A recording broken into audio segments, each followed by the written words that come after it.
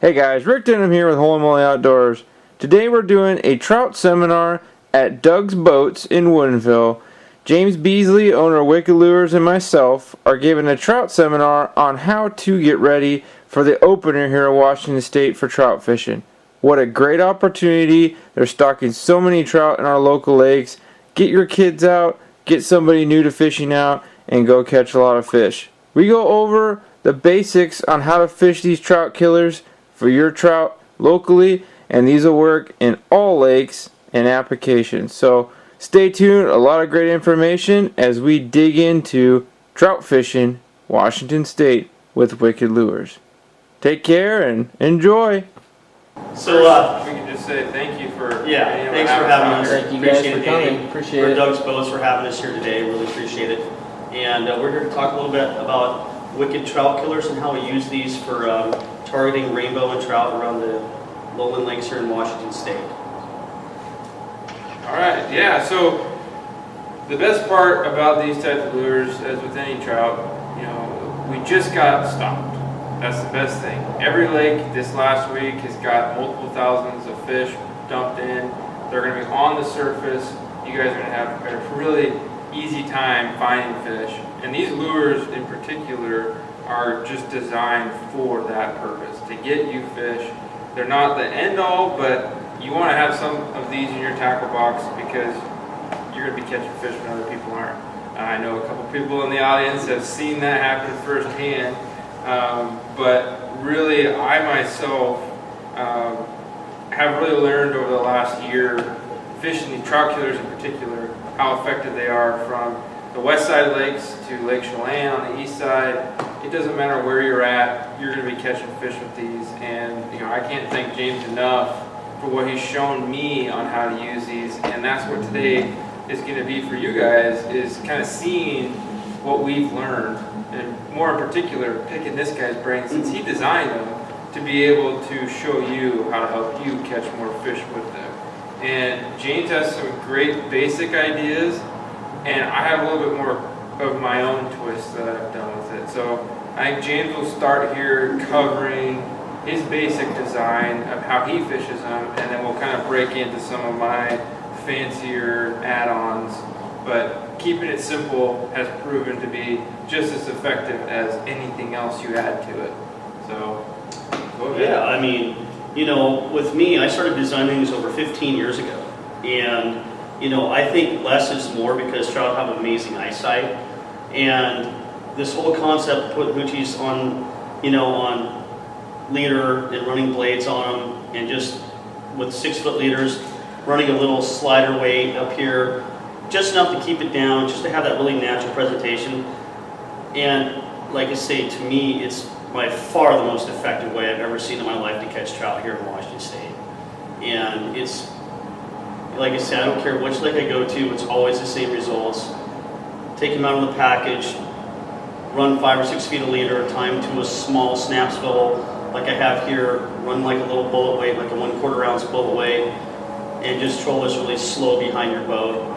And you can cast them if you're out in the middle of the lake, but preferably they're really great troll. And you can put a piece of worm on the back if you want for sand. Some guys put prawn, night crawler, or fake worms. They work really good too, but sometimes running them dry, that's all you need. But yeah, this is one of my favorite ways to fish these. You can find me using this if I'm out on lakes almost 100% of the time. Yeah, and then to add to that, the thing that I found with these, and some of you have probably used these before, I know Danny has, and Matt saw them last weekend, but really, you don't have to use scent, and that's what's cool about it. Trout are so keen in on the eyesight more than scent.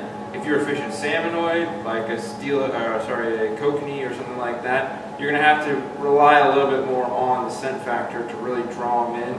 But with trout, they're so sight-oriented, and the way that James designed these, you get that without needing to have a worm on there. And because of that, let's say tomorrow you go out there, you want to go find your big fish, but you also want to be able to release the little ones. You don't have to fish bait. And that's a nice thing to do because in Washington State, you are forced to keep the first 5 fish that you catch using bait. Or if you don't keep them, you have to count them toward your limit. So you can be easily done in 10 minutes because you were tipping your lures with worms.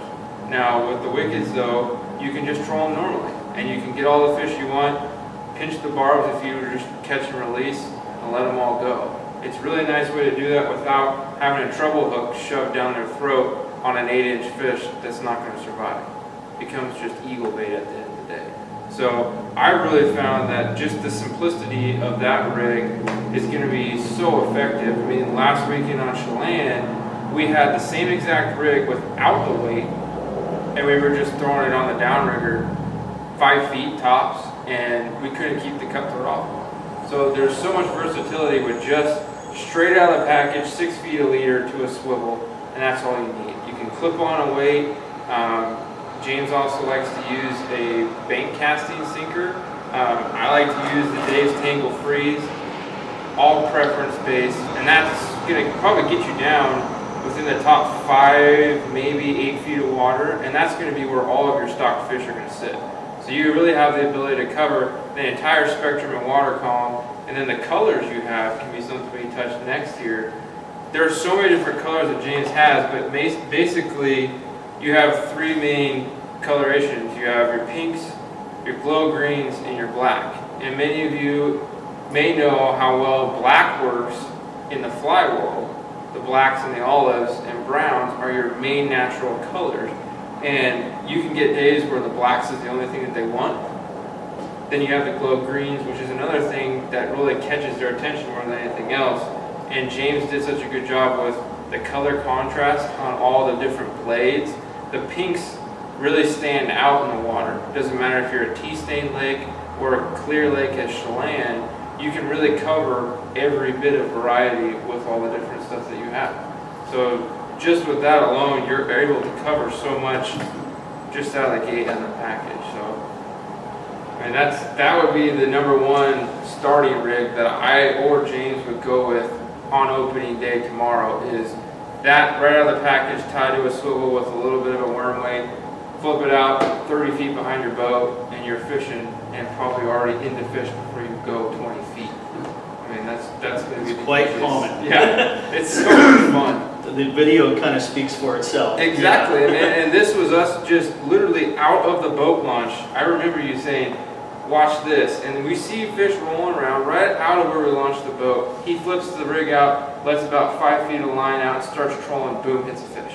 And that's how effective those things are. You get on top of fish, they're going to get hooked. And so I think, why don't you show the next one? This is your little baby here.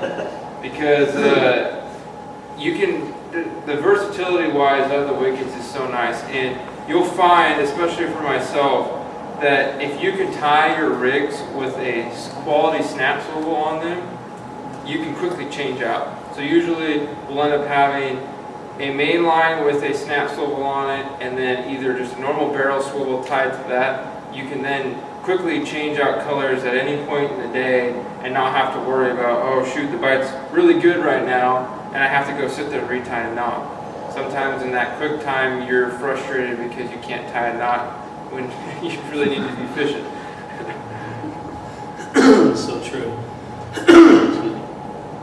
But yeah, I mean, go ahead. Well, this is an awesome This is rig. not a little evil little monster that I showed you last year. Got me hooked The on it. whole idea about this concept, these little bait divers are called Brad's bait divers, and you want to find the smallest one they make. It's this junior bait diver. Junior, and I prefer black or clear, but basically what this does is that when you take your wicket out of the package, you do the same thing as you just tie it to a snap swivel, and it goes right underneath here. And what this does is this will pull your lure down. So as soon as you have drag on this, you want to run about 5 feet, maybe 6 feet. You can run the whole leader out if you want. It's the same concept as running a weight, but now this is your weight. So what this does is that as soon as you start trolling, it grabs you, pulls it down about 7 feet, and that erratic movement keeps that fish interested, and it doesn't take long. I mean, it's fun, and you're getting twice the action.